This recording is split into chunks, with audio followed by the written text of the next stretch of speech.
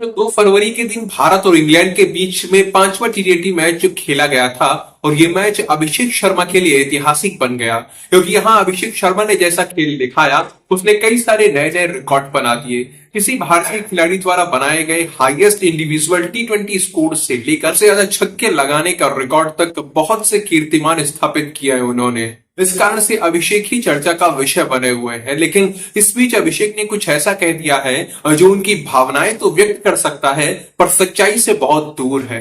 15 जुलाई 2024 में जब भारतीय टीम जिम्बाब्वे दौरे पर गई थी वहां अभिषेक को भारतीय टीम की ओर से डेब्यू करने का मौका मिला था और वहां पर उन्होंने अपने दूसरे ही टी20 मैच के अंदर शतक जड़ दिया था। उस समय तो उनकी काफी प्रशंसा हुई थी लेकिन इसके बाद से ही उन्हें जहां भी मौके मिले अब वो कुछ भी नहीं कर पाए। उन्हें बांग्लादेश के खिलाफ लगातार 3 मैचेस खेलने का मौका मिला लेकिन वो एक ओपनर बल्लेबाज की भूमिका नहीं निभा पाए। इसके बाद में साउथ अफ्रीका में 4 टी20 मैचेस की श्रृंखला खेलने का मौका मिला लेकिन यहां भी मात्र एक अर्धशतक लगा पाए, इससे ज्यादा वो कुछ नहीं कर पाए।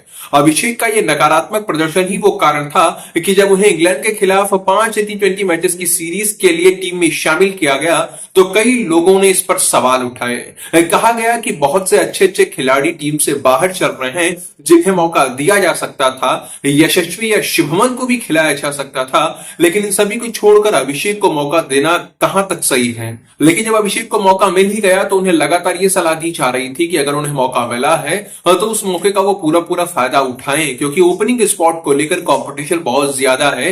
यशस्वी से लेकर शुभमन और ऋतुराज तक ऐसे बहुत से खिलाड़ी हैं जो ओपनिंग करने के लिए लगातार बैठे हुए हैं। सभी लोग टी20 में ओपनिंग कर सकते हैं। अगर अभिषेक कुछ नहीं कर पाते हैं तो शायद उन्हें फिर दोबारा मौका नहीं मिल पाएगा क्योंकि कंपटीशन हाई लेवल पर पहुंच चुका है। और कहीं ना कहीं अभिषेक ने यह बात अच्छे से समझ ली और उन्होंने इंग्लैंड के खिलाफ पहले मैच में अर्धशतक लगाकर और 5वें मैच के अंदर जबरदस्त शतक लगाकर अपना ओपनिंग स्पॉट लोहे की तरह मजबूत कर लिया।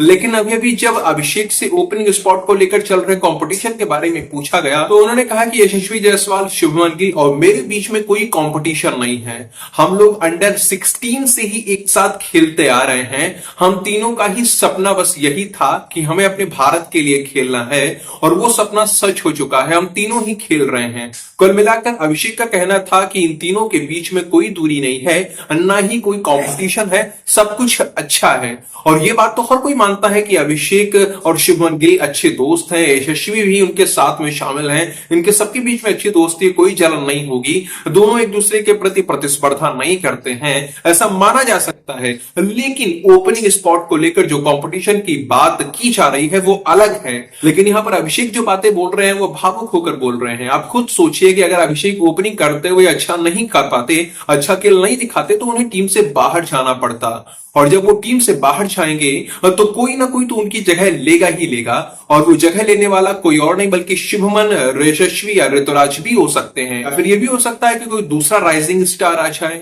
हाँ, अगर हमारे पास ज्यादा ओपनिंग विकल्प नहीं होंगे तो कोई खिलाड़ी अगर थोड़ा भी ठीक ठाक खेल दिखाएगा तो भी टीम में बना रहेगा। लेकिन जब हमारे पास विकल्पों की भरमार है, सभी एक से बढ़कर एक खेल दिखा रहे हैं तो कंपटीशन अपने आप बढ़ जाता है। और मीडिया से लेकर सोशल मीडिया तक जिस कंपटीशन की चर्चा चल रही है वो यही वाला है। हालांकि अभी के लिए तो अभिषेक का जो ओपनिंग स्पॉट है वो फिक्स है, वो अब लगातार टी20 में ओपनिंग करते हुए देखने को मिलेंगे। लेकिन उन्हें ये बात अपने ध्यान में, अपने मन में बिठा लेनी चाहिए। अगर वो अच्छा खेल नहीं दिखा पाएंगे तो फिर चाहे शुभमन हो या यशस्वी, इनके साथ चाहे उनकी कितनी भी गहरी दोस्ती क्यों ना हो, उन्हें इन 2 खिलाड़ियों से कभी भी रिप्लेस किया जा सकता है। टीम सिलेक्टर्स एक पल की देरी नहीं लगाएंगे उन्हें रिप्लेस करने में। इसीलिए आशा यही करता हूं कि अभिषेक जिस लय के साथ बल्लेबाजी करते हुए देखने को मिल रहे हैं उनकी ये गति, ये चाल बरकरार रहे, वो लगातार इसी तरह से खेल दिखाते रहे। उन्हें अपने मन में यह पता होना चाहिए कि कंपटीशन हाई चल रहा है, यहां पर कंपटीशन देखकर ही मौका मिलेगा, खेल देखकर ही मौका मिलेगा, आपकी चाहे दोस्ती कितनी भी गहरी क्यों ना हो। बाकी मित्रों, इस विषय को आप कैसे देखते हैं वो आप कमेंट सेक्शन में लिखकर बता सकते हैं।